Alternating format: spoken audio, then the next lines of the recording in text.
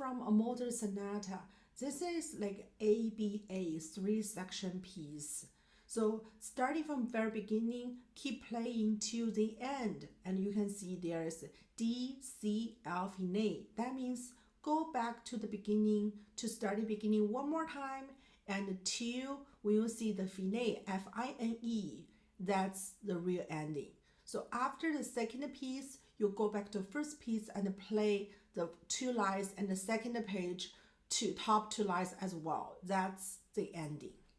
And then for your left hand, we have the 5th, 6th, also have a 7th. So just using the same fingering, 1-5, 1-5, but you can expand your hand gesture. So starting from like a higher roof hand gesture and then expand a little bit. When you play the 7th, it's probably like a little bit of flat finger. But again, using the fingertips, the left hand fingertips to play, not for the whole, like the first joint part.